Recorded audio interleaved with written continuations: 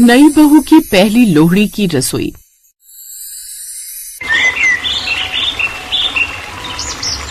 जयपुर में श्रुति नाम की एक लड़की थी जिसे घर का सारा काम आता था। उसका कॉलेज खत्म होने के बाद उसके घर वाले उसके लिए लड़का देख रहे थे, लेकिन किस्मत से कोई रिश्ता पक्का ही नहीं हो रहा था।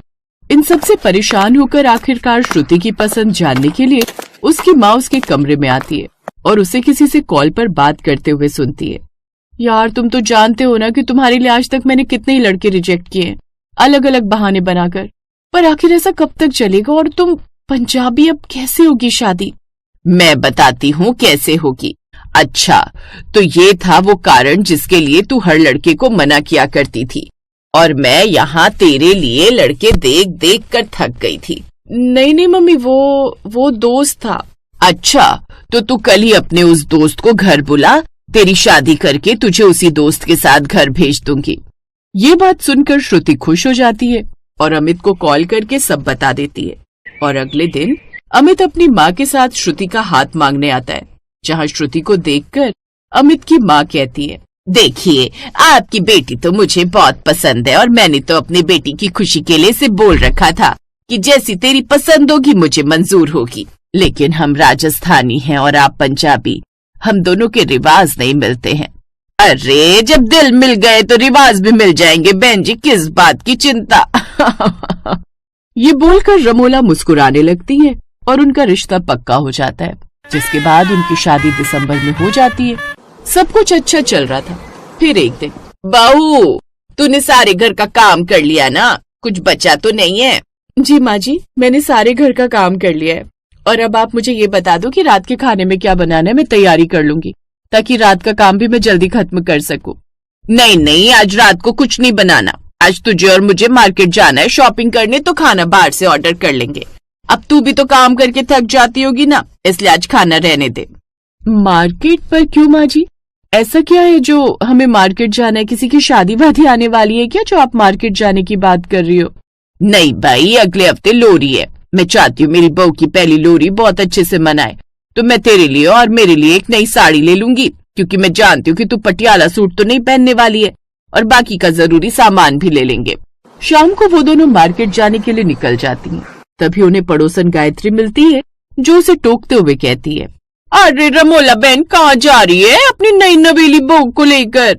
अरे, तू तो जानती कि लोहड़ी आने वाली है और ये मेरी बहू की पहली लोहड़ी है, तो मैं नहीं चाहती कि कोई कसर रह जाए, तो हम दोनों मार्केट जा रहे ताकि लोहड़ी की जमकर खरीदारी कर सके। रमोला, बंदर जितना भी सूट पहन ले, गुलाटिया खाना नहीं भूलता। तेरी बहू राजस्थानी है, तो इसे जितना भी पंजाबी बनाने की कोशिश कर ले, रहेगी तो ये राजस्थानी ना।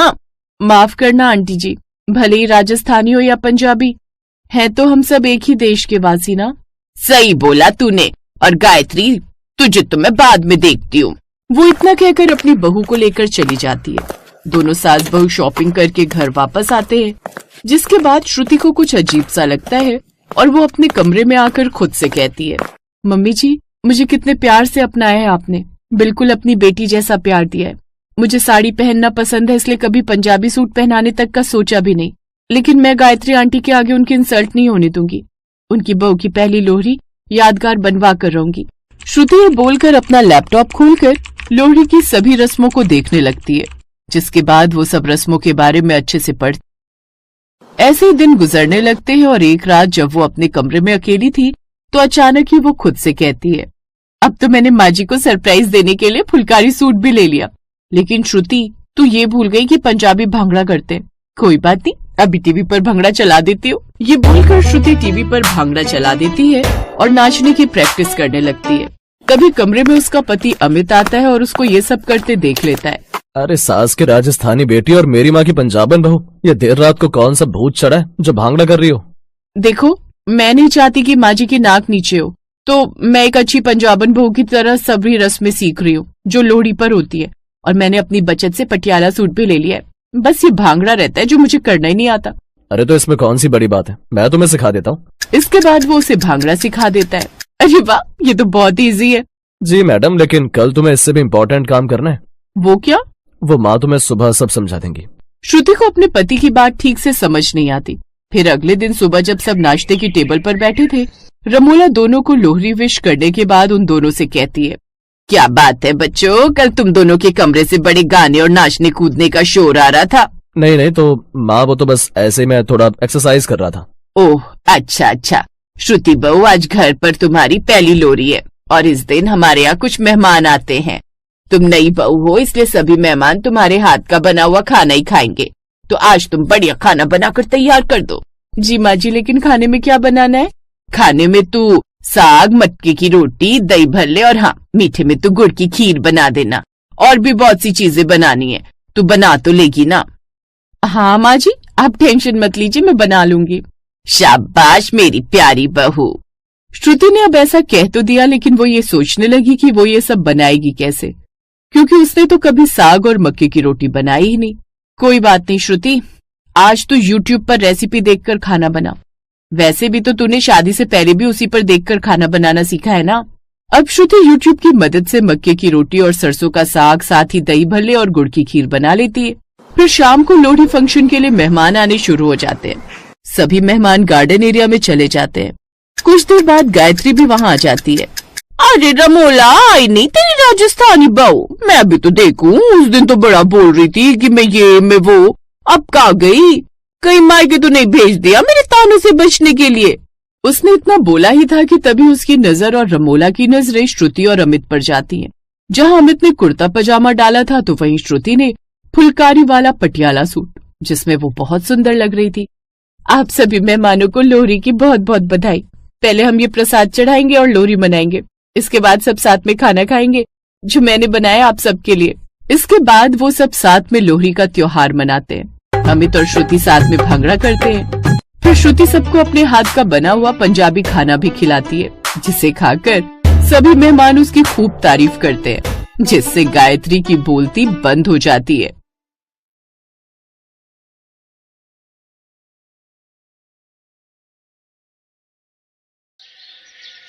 तू सच कह रही है अमृता बहन? क्या वो इतने बड़े घर का रिश्ता मेरी बेटी के लिए? हाँ, तेरी सौंदर्य है इतनी खूबसूरत कि एक नजर पड़ते ही किसी को भी पसंद आ जाए। और तुझे पता है, बड़े अमीर लोग हैं वो, उनका खुद का इलेक्ट्रॉनिक सामान का बहुत बड़ा बिजनेस है। मेरे बेटे राजीव को उनके यहाँ काम करते हुए कितने साल हो गए। उन्होंने तो जैसे ही मेरे बेटे राजीव की शादी में सौंदर्य को देखा तो उसे वही पसंद कर लिया था। अब वो जल्दी तेरे घर रिश्ता लेकर आने वाले हैं। 2 दिन बाद उनके घर के सामने एक बड़ी गाड़ी आकर रुकी, जिसमें बैठकर धनराज और महिमा अपने बेटे केशव के लिए सौंदर्य का हाथ मांगने आई। मुझे बड़ी खुशी होगी अगर आपकी बेटी हमारे घर की बहू बनेगी। मैं ऐसे ही किसी पढ़ी लिखी लेकिन सीधे साधे घर की लड़की को अपनी बहू बनाना चाहता था। यहाँ तो एक कमरा भी हमारी झोपड़ी से बड़ा है। यकीन नहीं होता कि कल तक मैं जिस घर के सपने देखती थी, आज मैं वैसे ही घर में बहू बनकर आई हूँ। ये मेरा कमरा है। सच में मुझे तो रानियों जैसा महसूस हो रहा है। सौंदर्य अपनी सोच में पूरी तरह से खोई हुई थी। अरे सौंदर्य, तुम इतनी गहरी सोच में क्यों खोई हुई हो? मैंने तुम्हें कई बार पुकारा लेकिन तुमने सुना ही नहीं। तुम्हें पता है ना, कल तुम्हारी पहली रसोई की रस्म है। तुम्हें कल जल्दी उठना होगा। चलो अब सो जाओ। अगली सुबह उसकी आंख जल्दी खुल गई। वो नहा धोकर सबसे पहले किचन में पहुंची, जहां उसने देखा कि किचन सारी मॉडर्न और इलेक्ट्रॉनिक मशीनों से भरा हुआ है, जिसमें induction, juicer, mixer grinder, coffee, percolator, veg cutter, roti maker, oven, toaster, flour kneader, dishwasher और साथ ही एक बड़ा अलमारी जैसा फ्रिज और चिमनी भी थी। सौंदर्य किचन को देखकर तो काफी खुश थी, लेकिन जैसे ही वो खाना बनाने को चली तो उसके एक कदम वहीं रुक गए। मुझे इलेक्ट्रॉनिक सामान का किचन मिल तो गया, लेकिन मुझे तो इनमें से किसी भी मशीन का इस्तेमाल करना ही नहीं आता। मैंने तो अपने घर पर लकड़ी का चूल्हा ही फूका है। तभी वहाँ पर उसकी सास आती है। अरे वाह बहू, तो बड़ी जल्दी उठ गई। आज तेरी समीर ससुराल में पहली रसोई है। क्या इसी वजह से तुझे नींद नहीं आई? नहीं माँ जी, ऐसी तो कोई बात नहीं है। तो फिर यहाँ रसोई में खड़े रहकर समय क्यों बर्बाद करना? अपनी पहली रसोई की रस्म शुरू कर। वैसे तुझे इलेक्ट्रॉनिक मशीन इस्तेमाल करनी आती है? क्योंकि जहाँ तक मुझे याद है, मैंने तेरी झोपड़ी के बाहर एक मिट्टी का चूल्हा देखा था। तू खाना तो बना लेगी ना? माँ जी, आज मेरी पहली रसोई है, इसलिए आज खाना मैं ही बनाऊंगी। ठीक है, तो बना ले। अब वो बिना उसकी मदद किए और उसे बिना कुछ बताए ही वहाँ से चली गई। उसने फिर उन मशीनों को देखा और घबराए मन से खाना बनाने की कोशिश करने लगी। उसे कुछ भी समझ नहीं आ रहा था। तभी उसने किचन के बाहर से अपनी ननद सुहाना को जाते देखा। उसने जल्दी से आवाज लगाकर उसको वहाँ बुलाया। क्या बात है भाभी, जल्दी बताइए, मुझे देर हो रही है। वो मेरी समझ में नहीं आ रहा कि किचन में अजीब सी मशीन किस काम के लिए इस्तेमाल होती है, आप मुझे एक बार बता दो। क्या भाभी, आपको इनका इस्तेमाल करना नहीं आता? और जहाँ तक मुझे याद है आपने कॉलेज भी किया हुआ है। फिर एक ही सांस में उंगली से इशारा करते हुए उसने सारी मशीनों के नाम बताए और चली गई। ननद जी तो मुझे बस इनका नाम बताकर चली गई, लेकिन इनका इस्तेमाल कैसे करते हैं, अब मैं क्या करूं? मेरे ख्याल से ये आटा गूंथने की मशीन है, इसमें आटा किस तरह से गूंथेगा? सौंदर्य ने फ्लोर नीडर में आटा डाला और बिना पानी डाले उसे ऑन कर दिया, जिससे मशीन तो चलने लगी लेकिन आटा नहीं गूंथ रहा था। फिर उसने याद करके पानी डाला और आटा गूंथना शुरू हो गया। मैं दूसरी मशीनों को भी चेक कर लेती हूँ, शायद यही रोटी मेकर है। इसकी बनावट भी गोल है, जल्दी से आटा गूंथ जाए फिर मैं रोटी बना लूंगी। लेकिन जैसे ही उसकी नजर आटा देखने के लिए मुड़ी तो वो बुरी तरह से घबरा गई। आटे में पानी ज्यादा होने की वजह से आटा बहुत ज्यादा पतला हो गया, वो बिल्कुल पानी बन चुका था। मैं इससे रोटियां कैसे बनाऊंगी? लेकिन मेरे पास अब कोई और चारा भी नहीं है। उसने उसी पतले आटे से रोटी बनाने की शुरुआत की, लेकिन उसे रोटी मेकर को भी ठीक से इस्तेमाल करना नहीं आता था कि तभी वहां पर महिमा आ गई। हे भगवान, मैं तो सोच रही थी कि अब तक सारा खाना बन चुका होगा, यहाँ तो रोटियां भी नहीं बनी हैं। क्यों बहू, तू अपने घर से रोटी बनाना भी सीख कर नहीं आई? चल अब दोबारा से रोटियां बना। फिर उसने सब्जी कटर से सब्जियां डाली और उसे चालू किया, लेकिन पता न होने की वजह से सारी सब्जियों का भरता बन गया। वो अब और घबरा गई। फिर ये सब देखकर वहीं काम करने वाली आई, जिसे उस मशीनों के बारे में थोड़ा बहुत पता था। उसने उसकी मदद की। भाभी, आपको खाना बनाना नहीं आता है क्या? रोटियां भी कितनी बेकार बनी है और सब्जियों का तो भरता ही बन गया है। ऐसा मत कहो, उसको शायद किचन का इलेक्ट्रॉनिक सामान इस्तेमाल करना नहीं आता होगा, उसके घर में ये सब नहीं है। हाँ, क्योंकि ये गरीब घर से जो आई है, इसके यहाँ तो चूल्हे पर खाना बनाया जाता है। मैंने इससे पूछा भी था कि ये मशीनों से खाना बना पाएगी, तो इसने हाँ कह दिया। ऐसा खाना बनाकर रख दिया जिसे कुत्ता भी मुंह ना लगाए। उसकी बात सीधा उसके दिल पर लगी। फिर अगले दिन, घबरा मत बेटी, मैं तुझे इसका सही इस्तेमाल करना सिखा दूंगा। अब उन्होंने उसे सारी मशीनों का इस्तेमाल करना सिखा दिया।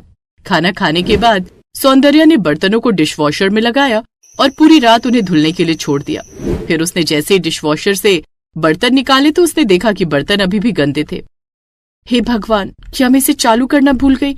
लेकिन मैंने तो इसे चालू किया था। उसने देखा कि डिशवॉशर का प्लग लगा हुआ था और स्विच भी खुला हुआ था, लेकिन डिशवॉशर चल नहीं रहा था। ये देख उसने और मशीनों को भी चला कर देखा। उसने देखा कि वो भी काम नहीं कर रही थी। ये देखकर वो और भी ज्यादा घबरा गई। ये देखकर उसकी सास रसोई में आ गई। माँ जी देखिए ना, ये सारी मशीन तो काम ही नहीं कर रही है। अरे बेवकूफ, अकल बड़ी की भैंस, पूरी रात इतना तेज तूफान और बारिश आई जिससे शहर की लाइट चली गई। काफी बड़ा नुकसान हुआ, इसलिए कुछ दिन तक लाइट नहीं आएगी। अब लाइट की मुसीबत आकर खड़ी हो गई। रोज रोज होटल का खाना खाकर वो सब परेशान हो चुके थे। ये सबसे परेशान होकर उसने अपनी माँ को फोन किया। माँ, मुझे वापस बुला लो माँ, मैं अपने घर आना चाहती हूँ। मुझे नहीं चाहिए ये अमीर और आलीशान बंगला, मुझे मेरी झोपड़ी में ही रहना है। यहाँ तो गैस सिलेंडर तक नहीं है। वो अपनी माँ को सब बताती है। बेटी, तेरे ससुराल में ज्यादा ही बिजली की मशीनें हैं। रसोई में सिलेंडर और सिंक का होना भी जरूरी है। अगर वो होती तो आज तुम्हें यूं परेशान नहीं होना पड़ता। अब सौंदर्य को सारी बात समझ आती है। अब वो अपने पति से कहकर रसोई में एक तरफ वो सब चीजें भी बनवाती है। अब सबको उसके हाथ का खाना भी पसंद आता है। साथ ही अब उन्हें बिजली के किसी उपकरण पर निर्भर भी नहीं होना पड़ता। अब उसके ससुराल वालों को भी ये बात समझ आ गई। Best buddies.